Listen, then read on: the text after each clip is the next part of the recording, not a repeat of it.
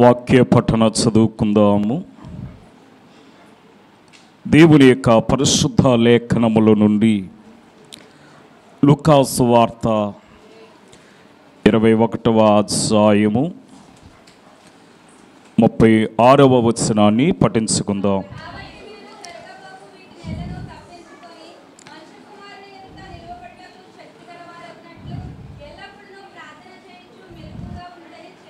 ప్రార్థన చేసుకుందాం.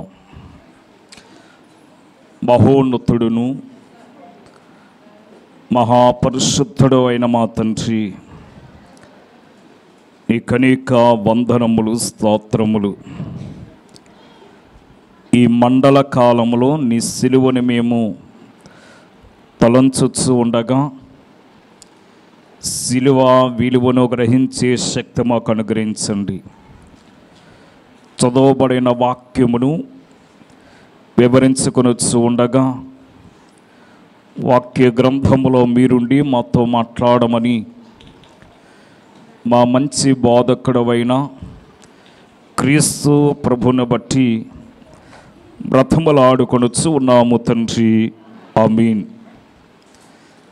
దేవుని యొక్క మహాకృపను బట్టి ఏర్పాటు చేయబడిన ఈ సిలువ ధ్యాన దీక్ష కార్యములో ఏకీవించిన మనకెల్లరకును మన ప్రభు అయిన యేసు క్రీస్తు యొక్క కృపా సమాధానములు మనకి తోడైనను గాక, ఆమీన్. నా యొక్క ప్రసంగాంశము నిలబడు శక్తి. చదవబడిన వాక్య లేఖనములలో జరగబో వాటి నెలను తప్పించుకుని మనుష్య కుమారుని ఎదుట నిలవబడుటకు శక్తి గల వారమగునట్లు ఎల్లప్పుడూ ప్రార్థన చేయొచ్చు మెలకువగా నుండి అనే మాటను మనం చూడగలుగుతున్నాము. మరి భక్తులు కట్టిన కీర్తనలో మనం పాడుకుంటాం, శక్తి గల రక్షకుండు మన కొరకు ముక్తి సిద్ధము చేసిననే మాటను. అంటే ఎవరైతే భక్తితో ప్రార్థిస్తూ ఉంటారో వారికి ఏం కలుగుతుందట? రక్తి ముక్తి కూడా లభిస్తూ ఉంటుందని ఆ పాట యొక్క సారాంశాన్ని మనం చూస్తూ ఉంటాము.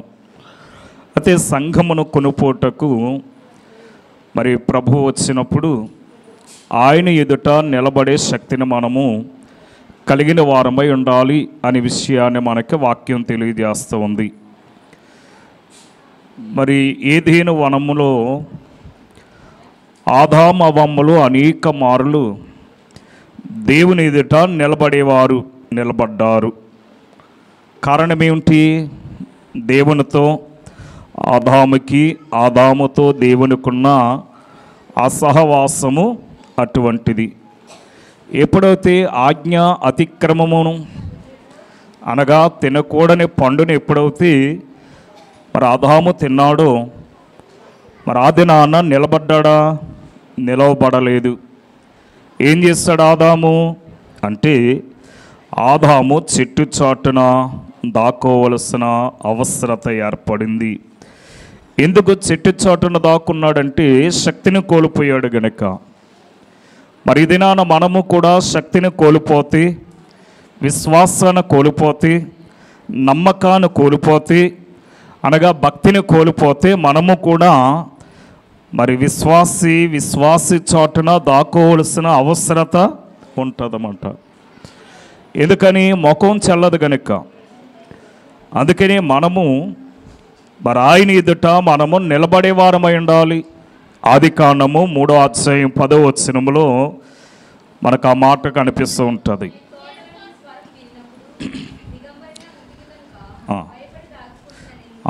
భయపడి దాగుకుంటున్నాను, భయపడి దాక్కున్నాడట. అంటే ఆయన ముందు నిలబడే శక్తిని కోల్పోయాడు గనుక. ఈవేళ మరి మనము నిలబడే శక్తిని మనము కోల్పోతూ ఉన్నామా? మరి చాలామందిని మనం చూస్తూ ఉంటాము. మరి విశ్వాసులైనటువంటి వారు, మరి భక్తి గలవారు ఇరువురిని మనం చూసి అవిశ్వాసి విశ్వాసిని చూసి ఏం చేస్తుందట? దాక్కుంటుందట. మరి విశ్వాసులకి అనేక శక్తులు కావాలి. బైబిల్ గ్రంథంలో అనేక శక్తులను మనం చూస్తాం. మరి ఎన్ని శక్తులు ఉన్నాయి? మనకి 7 శక్తులు మనకి కనబడుతూ ఉంటాయి. ఈ 7 శక్తులు ఏమై ఉన్నాయి అంటే, ఒకటి జ్ఞానశక్తి, రెండవది విశ్వాస శక్తి, మూడవది వాక్కు శక్తి, నాలుగవది బోధించే శక్తి, ఐదవది ప్రార్థించే శక్తి, ఆరవది పరిపాలించే శక్తి, ఏడవది అధికారము చేసే శక్తి. ఈ 7 శక్తులు అనగా మనము పొందుకున్నా, ఇన్ని శక్తులు ఉన్నా మనం ఎక్కడికి చేరుకోలేమంటే పరలోకానికి చేరుకోలేము. కారణం ఏమిటి? ఎగిరే శక్తి మనలో లేదు గనుక. అనగా ఎగిరే శక్తిని మనము సంపాదించుకోవాలనుకుంటే మనం ఎక్కడికి రావాలి? దేవుని యొక్క సన్నిధిలోనికి రావాలి. ఎవరైతే దైవ సన్నిధి అనుభవాన్ని కలిగి ఉంటారో వారు మాత్రమే ఎగిరే శక్తిని కలిగి ఉంటారట. ఈ ఎగిరే శక్తిని సంపాదించుకోవాలంటే 2 శక్తులు మనకు అవసరము. ఏమిటా 2 శక్తులు? ఒకటి ప్రార్థనా శక్తి, రెండవది ధ్యాన శక్తి. వీటి యందు మనం నిలిచి ఉండాలి. ఎవరైతే ప్రార్థన అనుభవాన్ని కలిగి ఉంటారో ఆ ప్రార్థన అనుభవం కలిగిన వాడు దేంట్లోనికి వస్తాడట? ధ్యాన శక్తిలోనికి వస్తాడట. మరి ఇది నాన్న చాలామంది దేవుని యొక్క వాక్యాన్ని వింటూ ఉన్నారు. అనగా వాక్య శక్తిని వారు సంపాదించుకుంటున్నారు, కానీ ప్రార్థనా శక్తిని వారు సంపాదించుకోలేకపోతున్నారు. అనగా చాలామంది అంటారు, మేము ఇన్ని సంవత్సరాల నుంచి నేను క్రైస్తవుడిగా జీవిస్తున్నాను అంటారు, కానీ ప్రార్థన చేయలేరు. కారణం ఏమిటి? ఆ ప్రార్థన చేసే వాళ్ళు ఆ తీరు వారికి చేత కాదు. అందుకే దైవత్సనుడు దేవదాసయ్య గారు అన్నారు, మరి 10 మంది బోధకుల కంటే ఒక ప్రార్థనా పరుడు మేలట. 10 మంది బోధకుల కంటే ఒక ప్రార్థనా పరుడు మేలని మరి ఫాదర్ ఎం దేవదాసయ్య గారు చెప్పడం మనం చూస్తున్నాము. అందుకనే వాక్యంలో ఒక మాట ఉంది. లూకాసు వార్త 21వ అధ్యాయము 36వ వచనములో,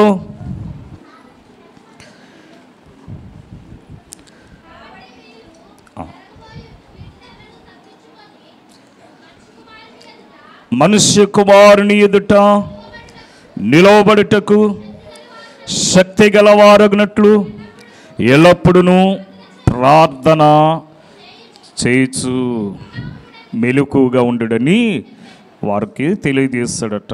ఎల్లప్పుడూ ప్రార్థన చేయాలి. అనగా మనము ప్రార్థన లేని ఎడల నిలబడే శక్తిని మనం కోల్పోతాం. ప్రార్థన లేని ఎడల మనము శక్తిని కోల్పోయిన వారమై ఉంటాము. ఒక దినానట ఒక యవనస్తుడు ఒక నది దాటవలసి వచ్చింది. ఆ నది దాటాలంటే అతడు ఒక పడవెక్కాలి. మరి పడవెక్కి కూర్చున్నాడు.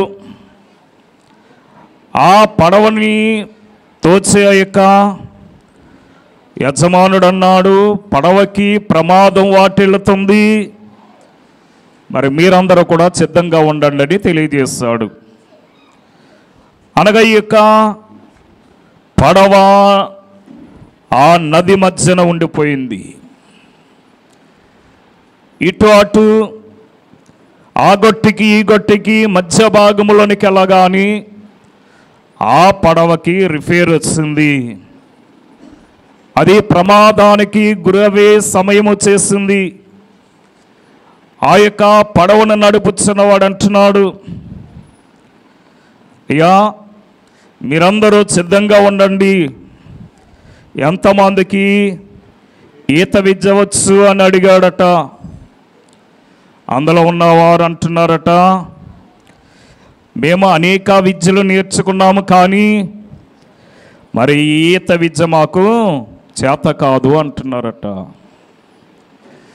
మరి నీవు అనేకమైన డిగ్రీలు సంపాదించవచ్చు, లోకములో మంచి ఉన్నతమైన స్థితికి నీవు ఎదగొచ్చేమో, కానీ ఇప్పుడు ఈ యొక్క ఏటి గండమును తప్పించాలంటే ఈత విద్య లేకపోతే ఈ గండము నుండి గట్టెక్కలేవు.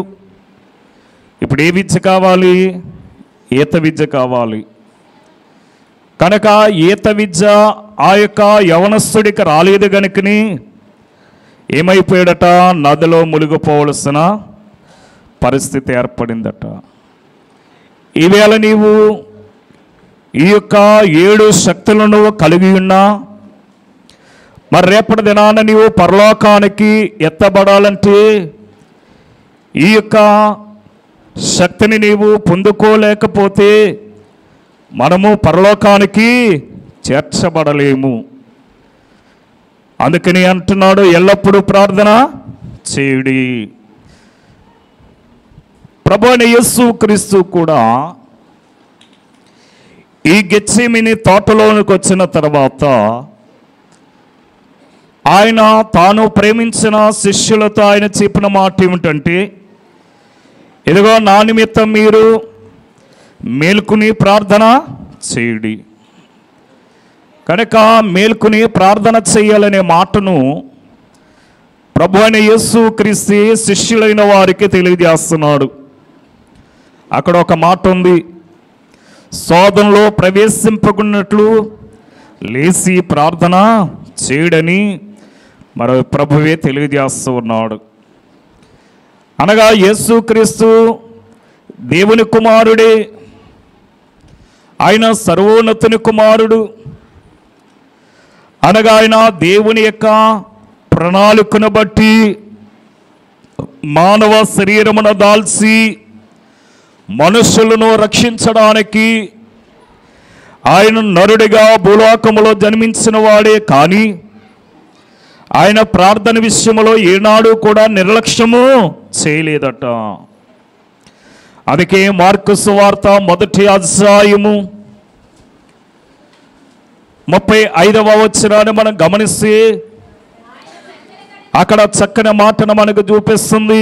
ఏమనంటే, ఆయన పెందల కాడనే లేచి ఇంకను చాలా చీకటి ఉండగానే బయలుదేరి అరణ్య ప్రదేశమునకెళ్ళి అక్కడ ప్రార్థన చేయించి ఉండిను.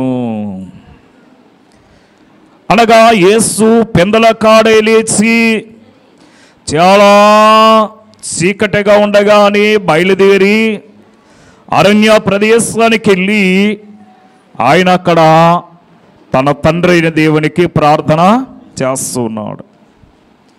మరి మనం ఎప్పుడైనా ఉదయమని లేచి ప్రార్థన చేసుకుని అలవాటును మనం కలిగి ఉన్నామా? దైవచనుడు చక్కని కీర్తన రచించారు, దేవాదేవుని మ్రొక్కాలండి.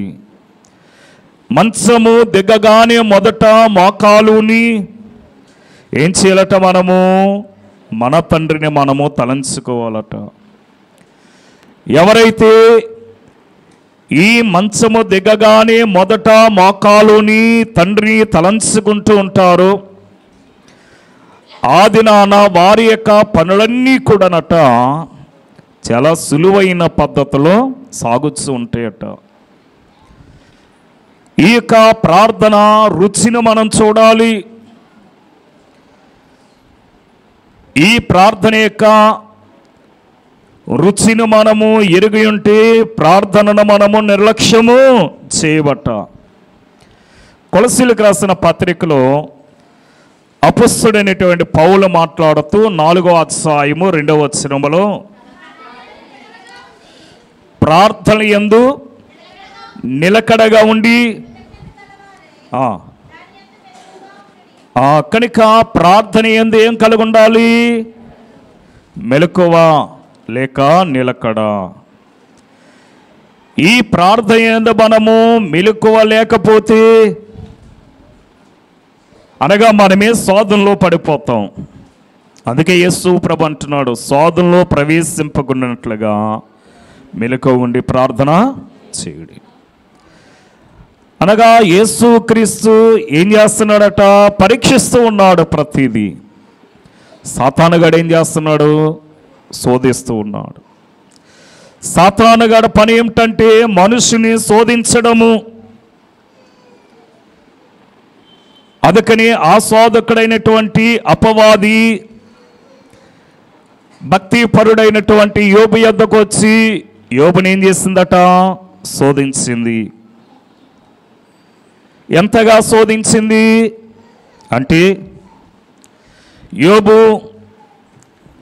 అనగా సంతోషముతో తన కుటుంబ సంసారిక జీవితంలో ముందుకు సాగుతూ ఉండగా ఈ వారవలేనటువంటి ఈ సాతాను తన కుటుంబంలో ప్రవేశించి అనగా బిడ్డలను లేకుండా చేసింది. అనగా ఒకే దినాన యోబు తన బిడ్డలందరినీ కోల్పోయాడు. తర్వాత మరి కాసేపటికి తను సంపాదించినటువంటి ఆస్తి కోల్పోయాడు.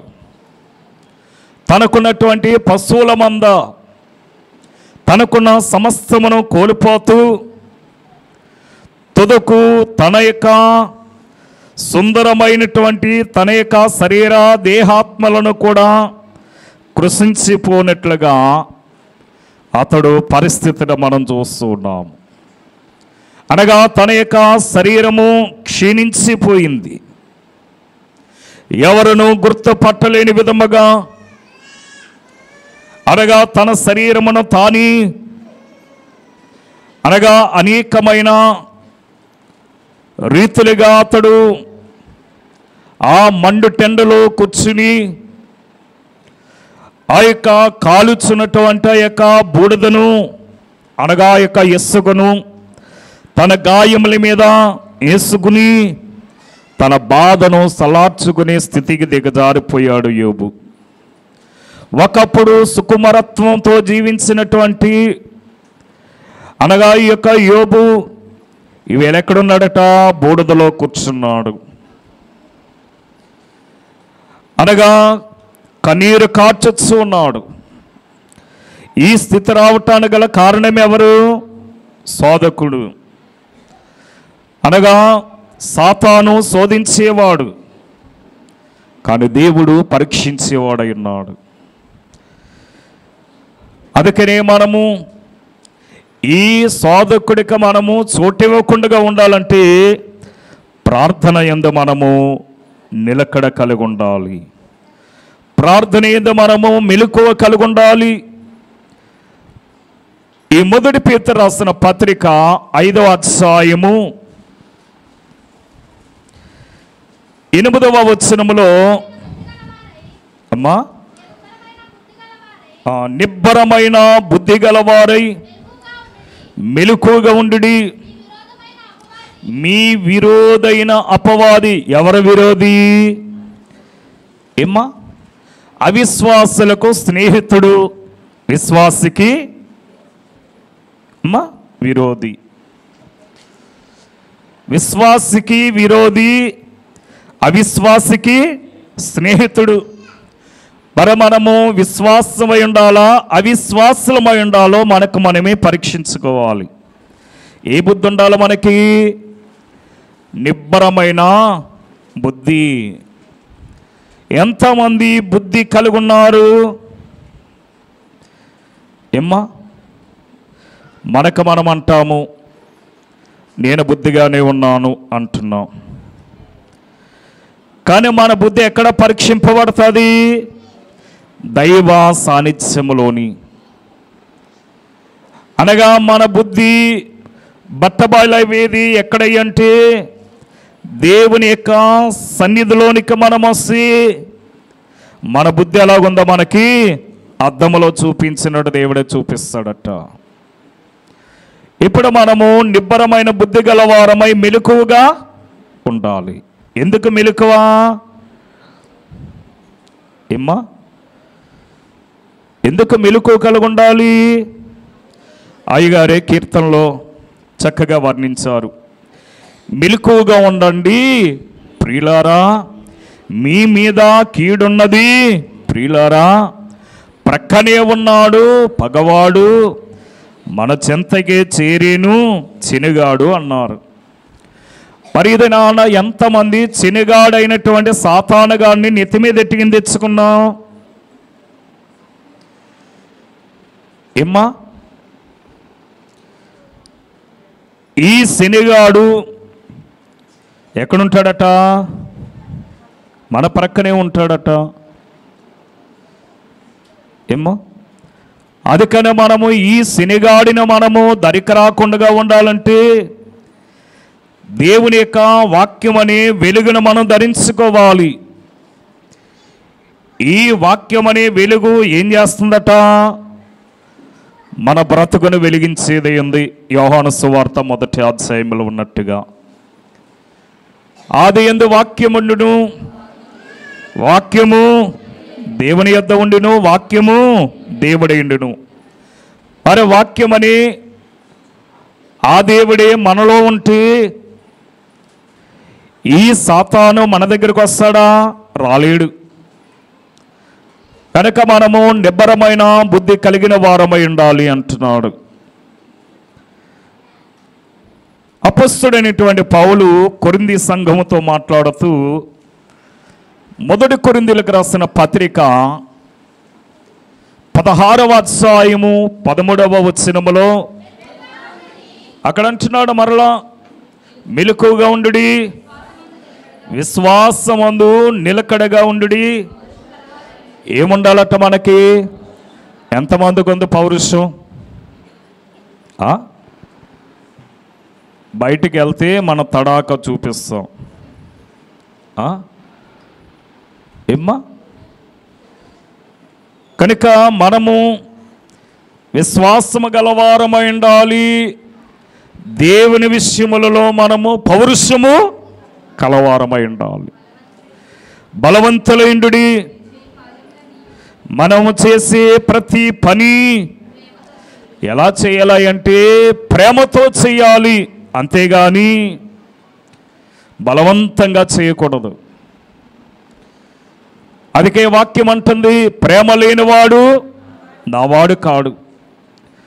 కనుక క్రీస్తు ఆయన ప్రేమామయుడై ఉన్నాడు గనుక క్రీస్తు యొక్క ప్రేమను ధరించుకునేటువంటి మనము కూడా ప్రేమ కలిగి, పౌరుషం కలిగి, రోషము కలిగి దేవుని యొక్క రాజ్య విషయములలో మనము విశ్వాసము కలిగి ముందుకి సాగేవారమై ఉండాలట. మరి అందరూ కూడా అనేక విధాలుగా మాట్లాడుతూ ఉన్నారు.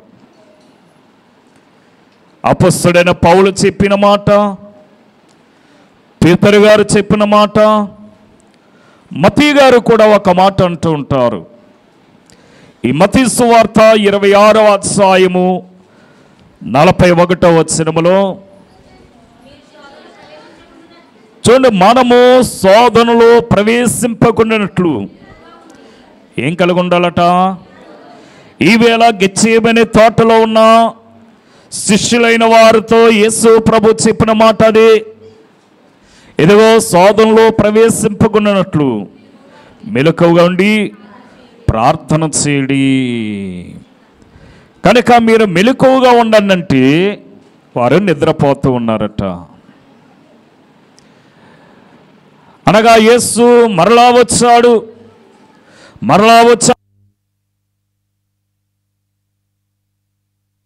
నా నిమిత్తము మీరు మెలకువగా ఉండి ప్రార్థన చేయలేరా? పాపం మరలా దిగ్గున లేచారు. యేసు మాట విని కళ్ళు నలుపుకున్నారు, మరలా మోకరించారు. యేసు వెళ్ళగానే మరలా బోళంగా పడిపోయారు. మరలా వచ్చాడు యేసు. అప్పుడు అంటున్నాడు, ఆత్మ సిద్ధమే కానీ శరీరము బలహీనమైనది. ఈవేళ ఆత్మ సిద్ధమే, శరీరం బలహీనమైనది. మరి ప్రార్థన లేకపోతే రాకడికి సిద్ధపడలేరు. ఈ ప్రార్థన పరుడైనటువంటి ఏలియా మరణము లేకుండగా ఎగిరి వెళ్ళినాడు. మరి ఏలియా మనలాగే ఒక తల్లి గర్భంలోంచి జన్మించిన వాడు. అందుకే వాక్యములు అంటాడు, ఏలియా మనలంటి స్వభావం గల మనుష్యుడే. ఏలియా శరీరముతో ఎగిరి వెళ్ళినట్లుగా సిద్ధపరిచేది ఎవరయ్యా అంటే సన్నిధిని ప్రార్థన. అనగా ఏలియాను ఎగిరి వెళ్ళే విధముగా సిద్ధపరిచింది ప్రార్థన. ఈవేళ నీ ప్రార్థన నిన్ను సిద్ధం చేస్తుందా? అందుకే దైవచనుడు కీర్తనలు అన్నారు, నన్ను సిద్ధము చేయమని నరుడు అడిగినా తోడ్పడనా. కనుక మనము దేవుణ్ణి అడిగితే దేవుడు మనల్ని ఏం చేస్తాడు? సిద్ధం చేస్తాడు. కానీ మనం అడుగుతున్నామా? అడగటము లేదు. ఒకవేళ అడుగుంటే ఆ సన్నిధి యొక్క అనుభూతిని మనం చూస్తామన్నారు. అందుకే దైవత్సనుడు ఏమన్నారంటే, చాలామందికి ప్రార్థన ఉంది కానీ ధ్యానము లేదు అన్నారు. చాలామంది ప్రార్థన చేస్తారట కానీ ధ్యానం చేయలేరట. ధ్యానం అనగా ప్రార్థన. ఈ ప్రార్థన ముదిరితే ఏమవుతుంది? ధ్యానమవుతుంది. అంటే మనం ప్రార్థనలో ఏం చేయాలి? ముదరాలి. అనగా ప్రార్థన ఎక్కువగా చేయాలి. అందుకే అయ్యగారు కీర్తనలు అంటారు, బహుగా ప్రార్థన చేసి బలమును సంపాదించి మహిలో కీడును గెలవాలట. ఎక్కడ కీడిది? కనుక మనము ప్రార్థన బాగుగా చేసేవారమై ఉండాలి. అందుకని బహుగా ప్రార్థన చేయుడు ఇక మీదట అన్నారు. ఇప్పటి నుంచైనా సరే మనం ఏం చేయాలి? ప్రార్థన ప్రార్థన ప్రార్థన. ఏమంటారు బయట వాళ్ళు? వీళ్ళకి పని పాట లేదు, ఇక అంతమాలా ప్రార్థన ప్రార్థన అంటున్నారు. ఆ ప్రార్థన యొక్క విలువ వారికి తెలియదు కనుక ప్రార్థన పరిస్థితులను మార్చివేస్తుంది. ఈ ప్రార్థన అనగా ఈ రెండు శక్తులు కలిగి ఉండుట ద్వారా ఎగిరే శక్తిని మనం పొందుకుంటామన్నారు. ఈ ఎగిరే శక్తిని మనం పొందుకోవాలనుకుంటే మన శరీరాన్ని మనము కట్టివేసుకోవాలట. మన శరీరాన్ని మనం ఏం చేయాలి? కట్టివేసుకోవాలి. అయ్యగారు అన్నారు, మీ శరీరాల్ని కట్టివేయండి. మరి ఇక్కడ మనం గమనించినట్లయితే వారు తమ తమ శరీరములను దేవుని సన్నిధిలో వారు కట్టివేసుకున్నారు కనుకని వారు ఎగిరి ప్రయాణము చేశారట. ఎవరు? ఏలియా, యెహెజ్కేలు, ఫిలిప్పు ఎగిరి ప్రయాణము చేసిన రీతి.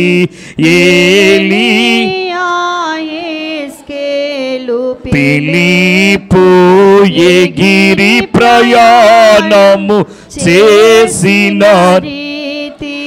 గాలిలో ఆత్మ నిన్ను కూడా, గాలిలో ఆత్మ నిన్ను కూడా గ్రక్కున కొని పోవుట కష్టంబా, గ్రక్కున కొని పోవుట కష్టంబా, మనోవిచారము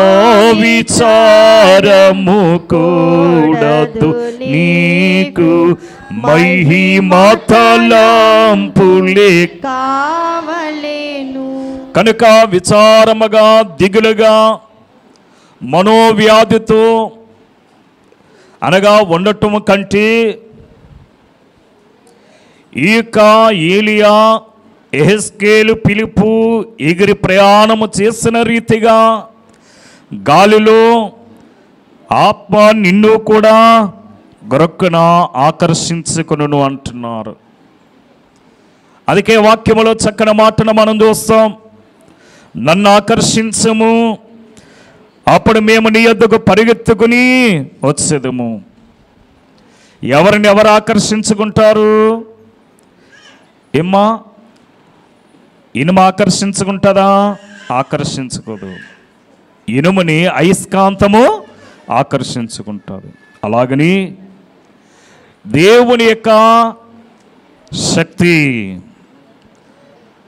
మానవులమైన మనలను విశ్వాస స్థితిలోనికి వస్తే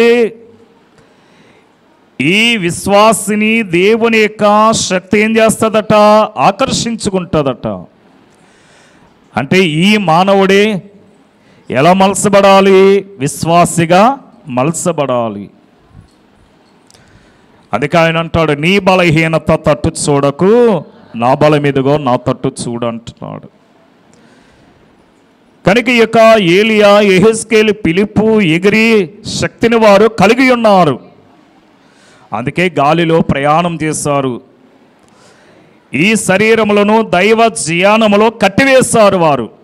మనము కూడా ఏం చేయాలట? ఏమ్మా, మనం ఏం చేయాలి? ప్రార్థనలో మన శరీరములను మనము కట్టివేసుకోవాలి. దైవజనుడు దేవదాసయ్య గారు ఆయన ప్రార్థనలో ఉండగా ఆయన యొక్క ఆత్మను దేవుడు అనగా ఏడేసులోనికి తీసుకెళ్ళి ఆ ఏడేసులో ఉన్న వారికి బోధ చేస్తూ ఉండేవారట. అనగా ఏడేసులో బోధ చేస్తూ ఉండేవారట అయ్యగారు. మరలా కొన్ని గడియలకు మరలా అయ్యగారు యొక్క ఆత్మ ఆయన శరీరంలోనికి వస్తూ ఉండేదట. దానినే మనము సంచార ఆత్మ అంటున్నాము. అనగా ఈ యొక్క ఆత్మ సంచార వరమును సంపాదించుకునేవారు ఒక చోట నుండి మరి ఒక చోటకి దేవుడు వారి యొక్క ఆత్మలను ఏం చేస్తాడట? కొనిపోతూ ఉంటారట. అందుకనే మనము దేవుని యొక్క ఆత్మను మనము కలిగి ఉండాలంటే దేవుని యొక్క సన్నిధిలో మనము శ్రద్ధగా కూర్చోవాలి. దేవుని యొక్క సన్నిధిలో కూర్చుంటే ఆయన మహిమను మనం చూస్తామన్నారు. ప్రభు శిష్యుడైనటువంటి యోహాను గారు, యేసు ప్రభు యొక్క శిష్యుడు, 93 సంవత్సరాల వృద్ధాప్యములో పద్మస్సు ద్వీపములో బందీ అయి తన శరీరమును కట్టివేయుట ద్వారా ఈ పరమార్థ విషయములను చూడగలిగాడు యోహాను గారు. అనగా యోహాను దేవుని యొక్క రాజ్య సువార్త విషయములలో ఆయా పట్టణాలు పల్లెలు తిరిగి దేవుని యొక్క సువార్తను ప్రకటిస్తుంటే యోహానును తీసుకెళ్ళి ఏం చేశారట? పాడైనటువంటి ఒక గోతులో పడేశారు. అనగా పాడైపోయినటువంటి ఆ గోతులో పడేసిన ఆయనకు మరణం రాలేదు. కాగుచున్నటువంటి నూనెలో పడేసిన మరణము రాలేదు. ఇప్పుడు ఏం చెయ్యాలి? ఈయనకు మరణము రావటము లేదు, ఇక మనము చేసేది ఏమీ లేదని ఈ యోహానుని బంధించి ఈ యొక్క పద్మస్సు ద్వీపములో బందీగా అక్కడ విడిచిపెట్టారట. ఈ పద్మస్సు ద్వీపములోనికి వెళ్ళినటువంటి యోహాను గారి ఆయన దేవుని యొక్క పాదముల యొద్ద కూర్చుండి పరమార్థ విషయములను ఆయన చూడగలిగాడు. చూచినవాడు మనుష్యుడే, కానీ కనపడేవాడు దేవుడట. యోహాను గారు చూస్తున్నాడు, యోహాను కనపడేది ఎవరు? దేవుడు. అవునా కాదా? ప్రకటన గ్రంథం 1వ అధ్యాయము 17వ వచనాన్ని మనం చదువుకుందాం. చూడండి, అక్కడ అంటున్నాడు యోహాను, నేను ఆయనను చూడగాని చచ్చిన వాని వలె నేను ఆయన పాదముల యొద్ద పడి ఉంటిని అంటున్నాడు. అనగా ఇప్పుడు ఎవరిని చూశారు? ఈ యోహాను గారు దేవుని చూశాడు, దేవుడు యోహానుని చూశాడు. ఈవేళ మనమే ఈ మనోనేత్రములను మనం తెరిస్తే ఈ పరలోక విషయములను మనమే చూడగలుగుతామట. అందుకే దైవవచనుడు అన్నారు, నీ సన్నిధి కోరినట్టి మానవుడే ధన్యుడు, ఆ సన్నిధి కలిగి ఉన్న ఆ నరుడే ధన్యుడు అన్నారు. ఎవరైతే దైవ సన్నిధి అనుభవాన్ని కలిగి ఉంటారో వారు ధన్యులు అనే మాటను మనం చూస్తూ ఉన్నాము. ఈవేళ దేవుని యొక్క ప్రత్యక్షతను అందుకున్న యోహాను ఏం చూస్తాడంటే భవిష్యత్తు కాలంలో జరగబోయే వాటిని యోహానుకు దేవుడట ఒక సినిమా రూపంలో చూపిస్తున్నాడట.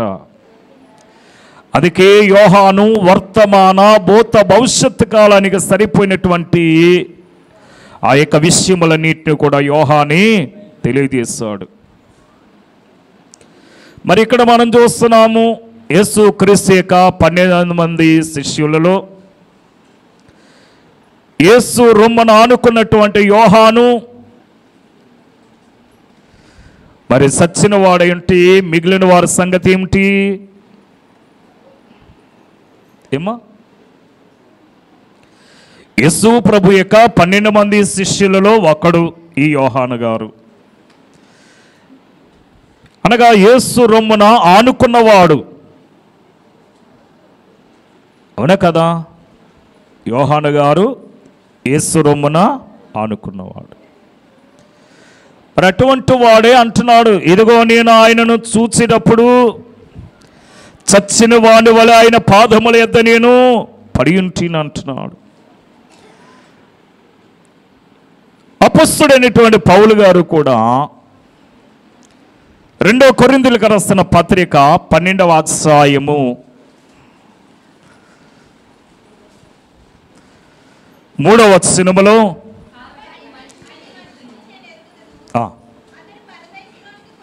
చూడండి, ఒక మనుష్యుని నేను ఎరుగుదును, అతడు పరదేశంలోనికి కొనుపోబడి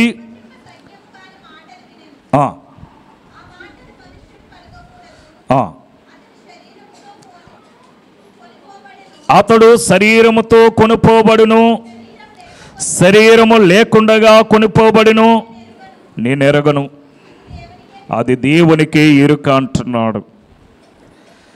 మరి మనము ఆర్భాటముతోనూ ప్రధాన దూత శబ్దంతోనూ దేవుని బోరుతో పరలోకము నుండి ప్రభు దిగిరానయ్యున్నాడు. అప్పుడు మనము ఒకవేళ ప్రభు రాకడ వరకు సజీవులమై మనం నిలిచి ఉంటే ఆయన పిలుపునందుకుని మనం ఏం చేయాలి? ఆయనతో మనము ఎగిరి వెళ్ళాలి. ఏమ్మా, అందుకే ఒక భక్తుడు అంటాడు, ఎగిరేదువా నీవు ఎగిరేదువా. ఎగిరే వరుసలో ఉన్నామా, ఎగిరిపోయే వరుసలో ఉన్నామా? ఒక్కసారి మనము పరీక్షించుకోవాలి.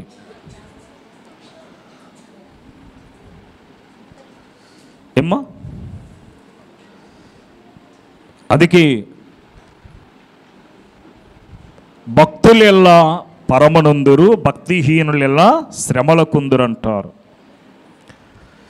భక్తులైన వారేమో పరమునకు వెళ్తారట, భక్తిహీనులైనటువంటి వారేమో శ్రమలకి మిగిలిపోతారట. మరి మనము శ్రమలకి మిగిలిపోయే వరుసలో ఉందామా? శ్రమలను జయించి ప్రభు యొద్దకు ఎగిరే స్థితిలో మనం ఉందామా? లేదయ్యా, ఇలాగే బాగుంది, ఆడిందే ఆట పాడిందే పాట అన్నట్టుగా ఉంది, కాలక్షేపముగా ఉంది, ఉదయమంతా మా పనులు చేసుకుంటూ ఈ సాయంకాలము గంటన్నర గ్రామస్తులందరితో ముచ్చడించుకోవటానికి, మాట్లాడుకోవటానికి, రేపు పని ఎక్కడా, రేపు ఏం చేద్దాం అనే విషయాలు వారింటికి వెళ్ళి మాట్లాడుకోకుండా ఇదే ఒక ప్రధాన కేంద్రముగా ఉంది మాకు. ముచ్చడించుకోవటానికి బాగుంది, ఇలాగే ఉంటే బాగుంటుంది అనుకుంటే రేపు మనము ఏమవుతావట? సతికిలబడే వరుసలో ఉంటావట. ఉంటామా ఉండమా? అలాగే ఉన్నారు 10 మంది కన్యకుల సంగతి కూడా. మత్తయి సువార్త 25వ అధ్యాయములో మనకి 10 మంది కన్యకులు మనకి కనబడుతుంటారు. వారిలో అన్ని శక్తులు ఉన్నాయి. ఏమ్మా? ఆయనతో లోనికి వెళ్ళే శక్తిని వారు కోల్పోయారట. అనగా యేసు ప్రభుతో లోపలికి వెళ్ళే శక్తి వారికి లేదు.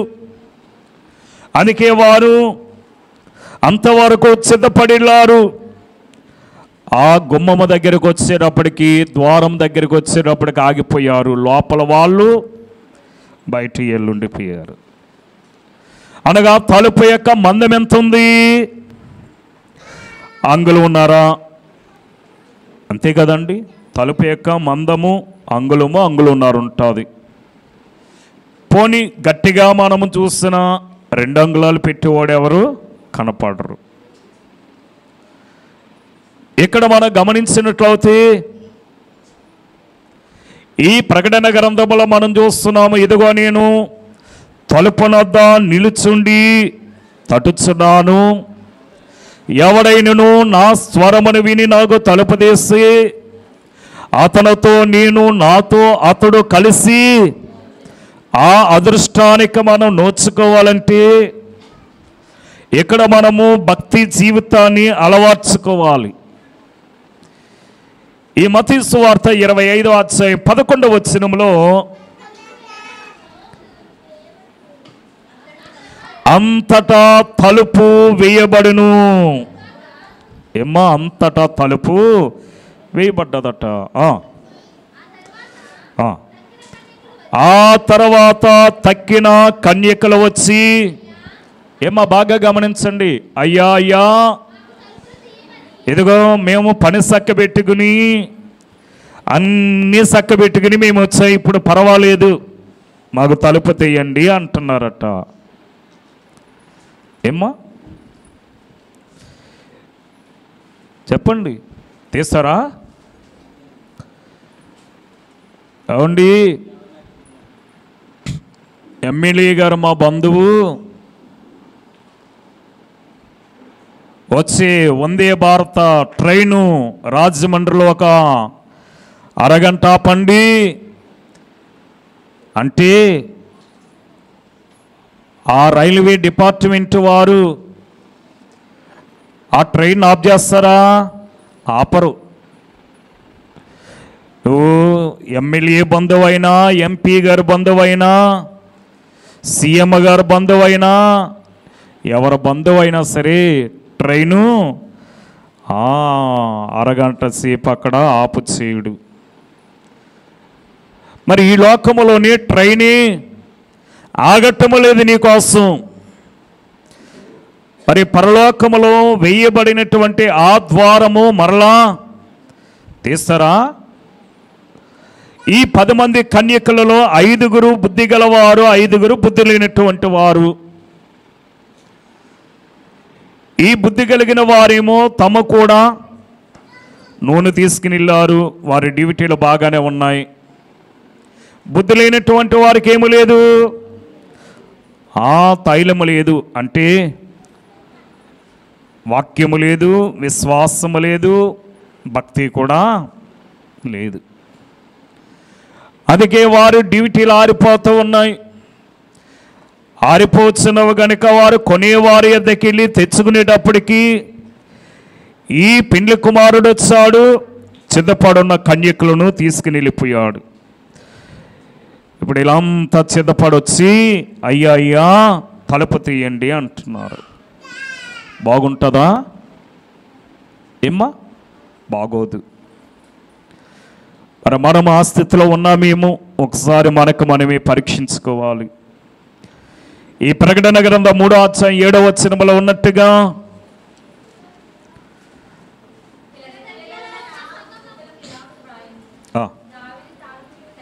దావీదు యొక్క తాళపు చెవి కలిగి ఎవడను వేయలేకుండగా తీయవాడును, ఎవడను తీయలేకుండగా వేయవాడును, సత్య స్వరూపయగు చెప్పు సంగతులేవనగా నీ క్రియలను నేను ఎరుగుదనంటున్నాడు. మన పరిస్థితి ఏంటో ఆయనకి తెలుసట, మనం ఎటువంటి వారమో తెలుసట. చూడండి, కొంతమంది మనం చూసి వైద్య నిపుణులైన వారే నరము చూసుకుని నాడు చూసి ఆ రోగి యొక్క బలహీనత ఏంటో చెప్పి వైద్య నిపుణులు ఉన్నారు. అనగా ఆ పల్స్ ఎలాగుందో డాక్టర్ గారు ఏం చేస్తున్నారు, నీ చేయి పట్టుకుని చెప్పేస్తున్నాడు. మరి పరలోకములున్న దేవాది దేవుడే ఏమంటున్నాడు, ఇదిగో నీ క్రియలను నేను ఎరిగి ఉన్నాను,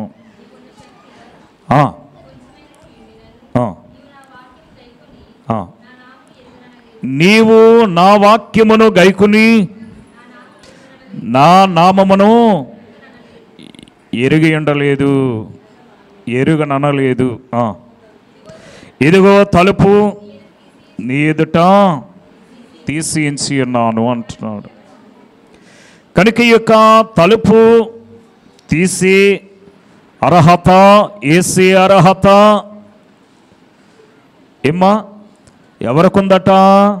ఆయనకే ఉంది. ఈవేళ మనము ఏమో ఆయనకి ఇష్టమైన ప్రజగా ఉండాలి. తనకు ఇష్టము కాని జనమును దరికి రానివ్వడట. మరి మనం ఆయనకి ఇష్టమై ఉండాలంటే మనం ఏం చేయాలి? ఏమో ఆయన చిత్త ప్రకారము చేసేవారమై ఉండాలి. ఎంతమంది ఆయన చిత్త ప్రకారము చేస్తూ ఉన్నారు. కనుక మనకు మనమే మరి ఆయన ఇష్ట ప్రకారం మనం చెయ్యాలంటే జరగబో వాటి నెలను తప్పించుకుని మనిషి కుమారుని ఎదుట నిలబడటానికి శక్తి గలవారం అవునట్లుగా మనం ఏం చేయాలి? ఎల్లప్పుడూ ప్రార్థన చేసేవారమై ఉండాలి. ఈ ప్రార్థన చేసేటప్పుడు మెలకువ, జాగ్రత్త కలిగి ఉండాలి. అందుకని మెలకువగా ఉండండి ప్రియులారా. మీ మీద కీడున్నది ప్రియులారా. ప్రక్కనే ఉన్నాడు పగవాడు, మన చెంతకే చేరేను చినుగడన్నారు. కనుక అలాగన మనము నిలబడే శక్తిని పొందుకుని దైవరాజ్యములో ప్రవేశించే ధన్యత ఈ శిలువ ధ్యాన దీక్షా కార్యములలో ప్రభు మనకు అనుగ్రహించును గాక. ఆమీన్. కృపానిధివైన మా తండ్రి, నీకు అనేక వందనములు. కూడవచ్చిన బిడ్డలను దీవించండి. వినిన వాక్యమును తమ అంతరంగములో పదులము చేసుకుని వాక్యానుసారముగా జీవించే గొప్ప ధన్యత బిడ్డలకు అనుగ్రహించమని యేసు నామములో వేడుకొనుచున్నాము తండ్రి. ఆమేన్. మరణాత.